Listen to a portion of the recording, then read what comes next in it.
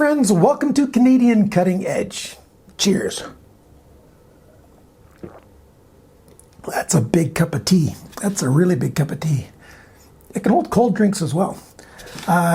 It's just early in the afternoon right now, so yeah, tea.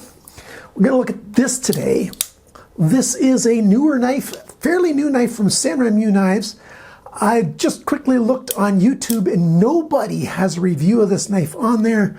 I did see one person had a video posted. I watched like the first tiny bit of it just to see. It was an unboxing. They called it a review, but it was an unboxing, first impression kind of thing. And I've been carrying it and using it, and I want to tell you everything about this knife. One very unique thing about this knife that I've not seen on any other crossbar access lock type of knife. SRM calls it an ambi lock, but there's something about the liners and body of this thing you're going to want to see. They call it a mono chassis. So I'll show you what that is. I'll do a teardown, I'll do everything, the full review of this. But before we get into that, remember, Pop-Off Leather. They're not sponsoring this video. They didn't ask me to do a review, a video or mention it at all. I just love that company. It's a Canadian company based in British Columbia where they hand make leather products. They source their leather from the United States, from American tanneries. So, you know, the process from the very start to the very end is creating American and Canadian jobs, and it's handmade, real full grain leather products. For all of November, they're doing their Black Friday month-long sale. Most things are 40% off, some things are 20% off. Let's get to the tabletop and take a look at that knife. All right, here we go. Oh, wow. This is a yellow handle. It's very yellow. It's a really nice, deep yellow. It's not a very bright yellow. Here's something that's more of a bright yellow, and that's a light green. It's a really nice yellow. That's a great Canadian red, so you know sort of what color this is. We've got a black wash blade. There's two ways to get this knife, like this, or you can get it with black G10 and a satin finish. Now the steel on this is D2, which, I'd prefer if it was a nice stainless steel. So that's the first con on this thing. But if you're gonna get D2, I really do like it with a black wash finish. That's gonna protect it really, really well against corrosion. And I just ended up putting that black mark on there today. I think I got that one there too. Had a permanent marker in my hand, and when I went to put this in my pocket, I sort of just rubbed them together. Thankfully it was all closed and safe and stuff, but I'll try to get that off. We'll see. But I wanted to do this review, so here we go. D2 steel. Model number 238X. Colorway is GY for good yellow. I don't know, it's GY. I forget what the black one is. And then a cool thing that a lot of SRM knives have is a serial number. So this is B4AWY, what is it, 4073. So this is number 73 off the production line. We've got a thin edge here, very sharp from the factory. One of the sharpest knives I've had in 10 years. I don't know, from out of the box. And I'll give you those numbers a little later on when I do the measurements. We've got sort of a Bowie style clip point blade. It's a little upswept there with some coarse jimping on the ramp. And then we've got one scallop there and another scallop clip here, a bit of a swedge there. It did okay in my piercings, even though this is a fairly wide knife this way. It pierces quite well, and that's mostly because how sharp it is. And, that point is pretty good for, poking into stuff. This side we have SRM, stay ready for more right there, and SRM there. SRM, you just get rid of this badging. You've got your SRM logo right there. That's enough. You don't need multiple badges for your brand. Or get rid of this one here and put that one up on the Ricasso. I don't like badging on the main bevel of a knife, but it's not too bad. It's not too dark. It's not too bold and in your face. So it's okay. What else do we have about this? Well, you can see the great big forward choil, big enough for me to get my finger in here safely, and that's good. Big grip back here, so that's good. Like I said, it's an access lock. Right and left pocket clips. More specifically about this knife, this access lock, it's got some pretty weak springs in here. What a lot of people call a detent. So easy to overcome that spring. I just have to do a little wrist flick, tiny bit off camera, and it opens up, which means it would fail inspection at a Canadian border big time. I was lucky. I've got family and friends in the United States. I buy my knives that I can't get in Canada, and no, this one's not available in Canada as far as I know. I have them sent to them. They take the knife apart and mail me the blades and mail me the handles separately, and that's how I get them to put it back together. The big advantage for this knife is the way it's made with this mono chassis. Very easy to take apart and put back together. Probably the easiest of any access lock knife I've ever had. Oh, by the way, it cuts and slices very well, not just pierces well. I forgot to say that. Nice broad blade, big flat grind here, just beautiful.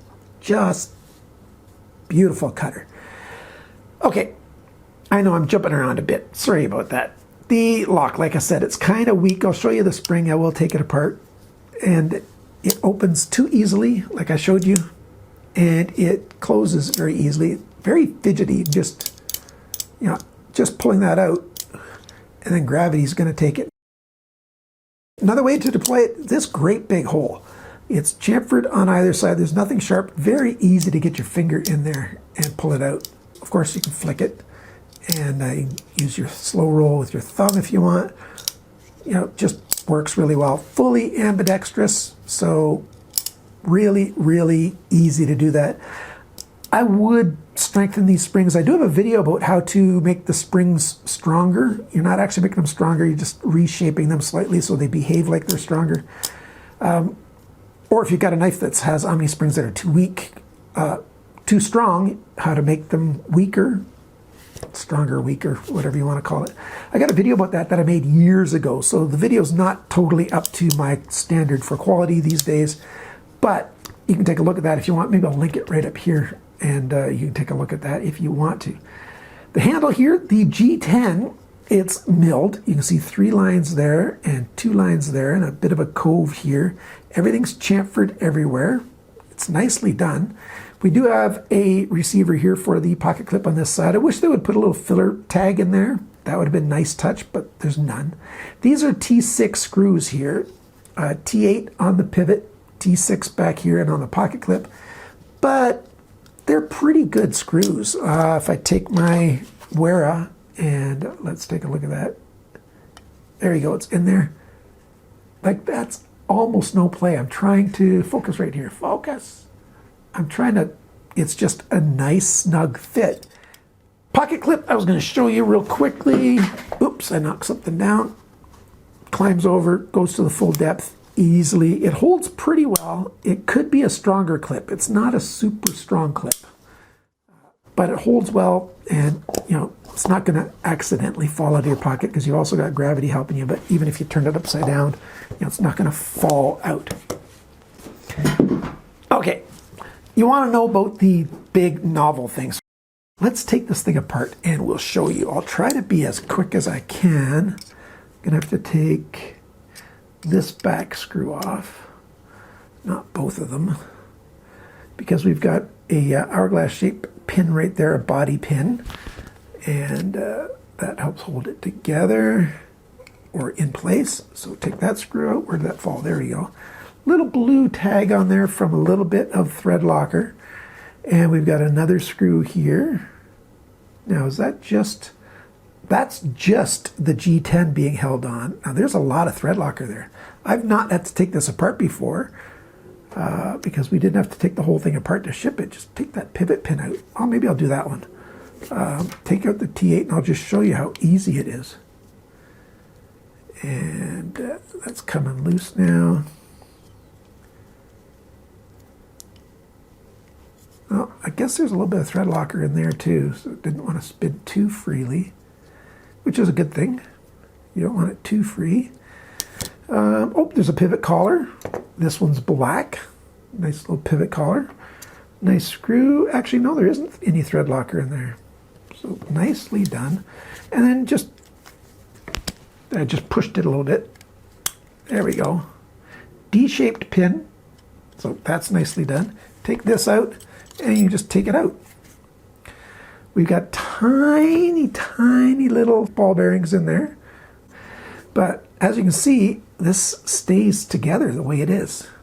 And so you just have to slide stuff back, pull the lock back. I'll do that in just a minute, but I want to take the handle scale all the way off. So let's get back to this thing. I hope they didn't put a bunch of thread. I don't want to break this. What's going on? Yeah, it's just a screw in there. I don't want to strip it off either. I want it to stay, because I was hoping to give away this, not give away, I was hoping to sell this knife, because I sell almost everything that I review. Poop. I bleeped out that word. I don't like to swear on these videos, or even gentle or mild curses, because sometimes kids watch these videos, families watch these. Where's my drive grip? But these are the things I do on my reviews, because you need to know this stuff if you want to take yours apart. Where's my drive grip? I thought I had some down here. What's drive grip, you ask? Drive grip, there it is. Drive grip, it's an anti-cam out fluid. It's so that screws don't strip. It's a little messy, it's yucky, it's gross. But, and it's one reason why I buy it is because people use thread locker on their knives too much. And it's a grit that gets put in there, and it helps interface between the screw. No, I already stripped it. Yeah, I've stripped it completely. I can't take that off now. Am I going to take the chance on this one? Am I going to take a chance on this one? Since I wrecked it already anyways. Yeah, this one's coming off. Okay, so I'll show you on this side. So on the other side, I wrecked that screw. I'm going to have to get, last time I tried to contact SRM U, they never responded to me. So that's another thing about SRM U and their customer service is that I've not had any customer service from them yet. I don't know, 6-7 years ago, they sent me knives to review. I had a relationship with them, just a little bit of one. But, yeah, nothing in a while, and those email addresses don't work anymore that I had for them. And so I just tried the customer service email address, and nope. But these are not very expensive. This is a $45 knife. It's a little pricey for sort of what it is. That's interesting. That pin could slide out if you should slide out right now, because I got both of those screws out. I could get it to slide out, I guess. I'm not going to, but and then held in there. See, this is one piece of steel, just folded over. And there's the spring, very tight little spring, yeah. So I can't take the spring off.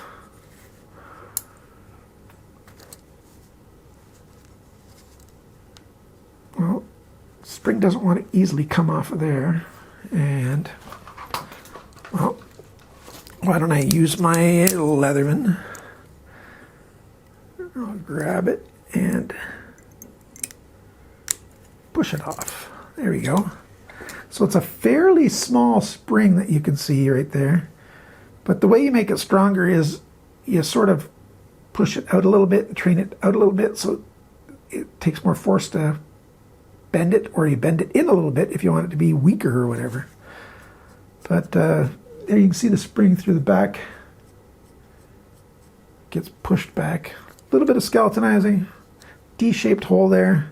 There's your stop pin right there. Yeah, decently made. Too bad I stripped out that screw head. I didn't like that at all. And see how easy this is to put back on? You just put it in the hole back there, and then you push it forward. Oops. No, maybe not quite that easy. It didn't like that. Chase it back a little bit. There we go. Stay underneath it. And there you go, push it forward and drop it in that little notch. It's not a hole, so that's not quite as good as it could be. If it was a hole, it would just sit in there. It's easy to push it in too far. There we go. Now it's sitting on there properly. So, yeah, interesting. Well made. One con about this thing, and I was going to tell you about it later, but I'll tell you right now, this inside edge, I wish they would have spent a little more time rounding stuff off, because it's rounded on the outside edge, like it's buffed. It's like that's not sharp, but the G10 sitting next to it, it's a little sharp in hand. Not bad at all, just a little bit. It's not as comfortable in hand as I'd like it to be. Let's put this back together again. I was having a tough time getting that pin started. So I've got that pin just into this one liner so far. Now I'm going to pick this up and put that in place. Now I'm not going to be able to see anymore what I'm doing, so I'm going to have to do it through feel, but I'm just putting that one in there. And I'm going to try to push this through without bending up that ball bearing. I'm going to push the washer in.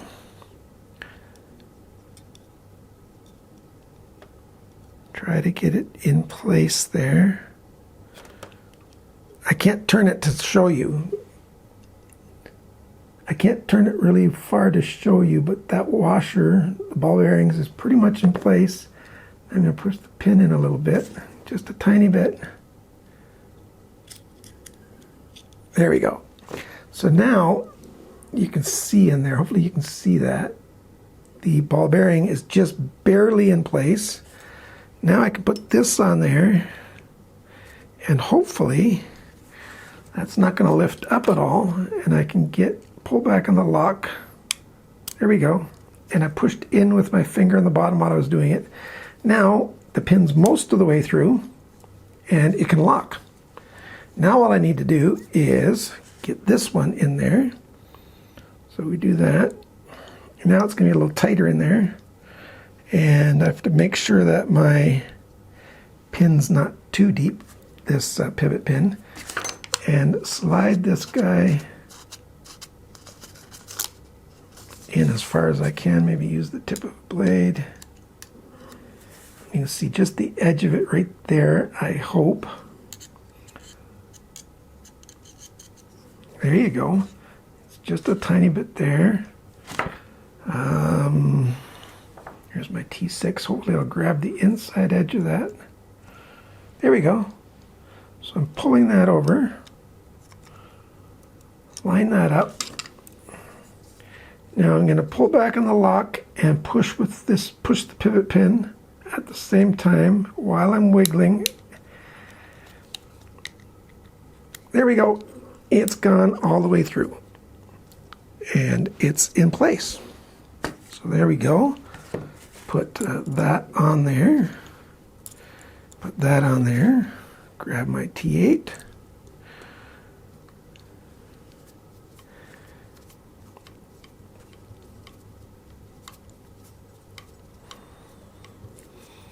Now I've wiped most of that lubricant off, but that's no big deal because it didn't need much lubricant to start with. Get the rest of that oil off the blade later on.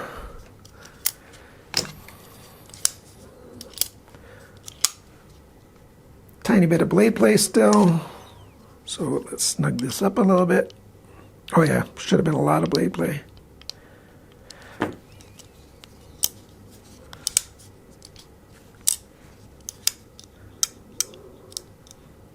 And it's not quite as free as it was before. Let's focus up on the knife. If I just let go of it, it falls. So I could loosen that up a tiny bit, but don't need to. Yep, there's a little bit of flex in the system, but yeah, not much at all. By the way, blade alignment, it was really good before. It's still right down the middle, just like it should be. Lock up solid.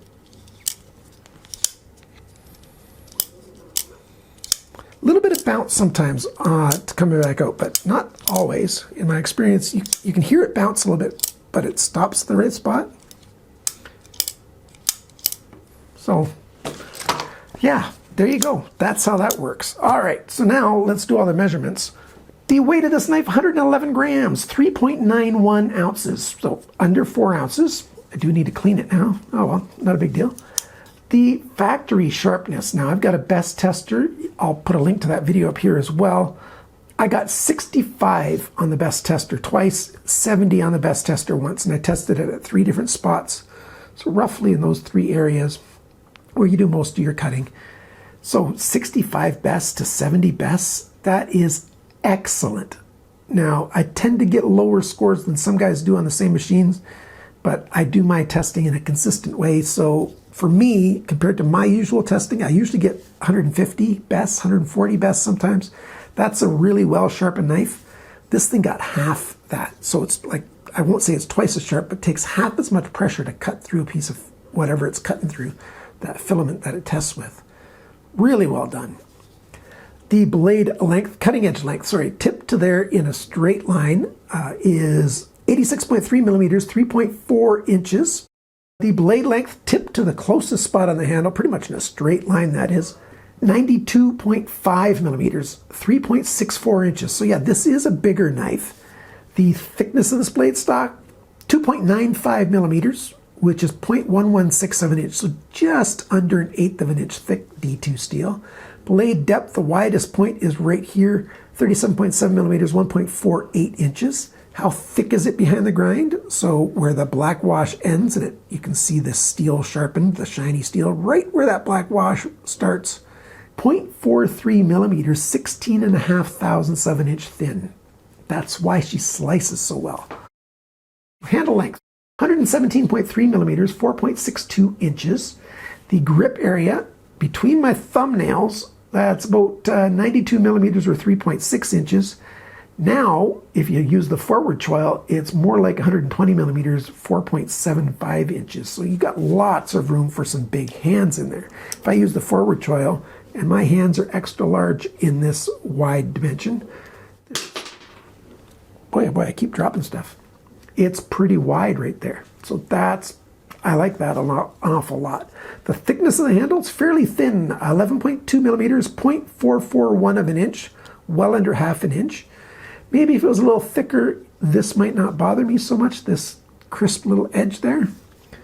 The handle depth this way, in the main grip area, the widest point is 26.6 millimeters, 1.05 inches. If you count this, that's more like 33.3 millimeters, 1.31 inches. And when the knife is closed, the widest point going into your pocket is right there, 41.7 millimeters, 1.64 inches. And the total length of this thing from tip to tail, 212 millimeters, 8.35 inches, 8 1/3 inches. This is big. Under 4 ounces, you know, nice long blade, 3.6 inch blade. This is a big, light EDC. It just really is. For its size, it's a light EDC. Pretty nice. Like I said, $44.95 at White Mountain Knives. That's where I bought mine, at White Mountain Knives. You can save 10% with my coupon code CCE. That makes it $40.45 US. That's about 56 Canadian. But like I said earlier, it's not available at any stores in Canada. So yeah, it's a little tougher to find. Blades Canada does have a number of SRM knives though, so you can check them out. Blades Canada, that's Warriors and Wonders. I don't have any coupon codes or anything for them, so they got a lot of knives in there. Similar to this, but without this mono chassis, is their 92-0 series. They're 9201, 9202, 9203. Each one has slight variations. The 03's got micarta, so you might be interested in those if you're in Canada, because I wouldn't really recommend importing this unless you can do it like I did and get somebody to ship you the blades and the handles separately, and if you feel confident enough to put it together. That's it for today. Hopefully this video is not too terribly long. Thanks for sticking with me. Please leave a comment. It really does help out the channel. And remember, friends, always cut towards your chum, not your thumb.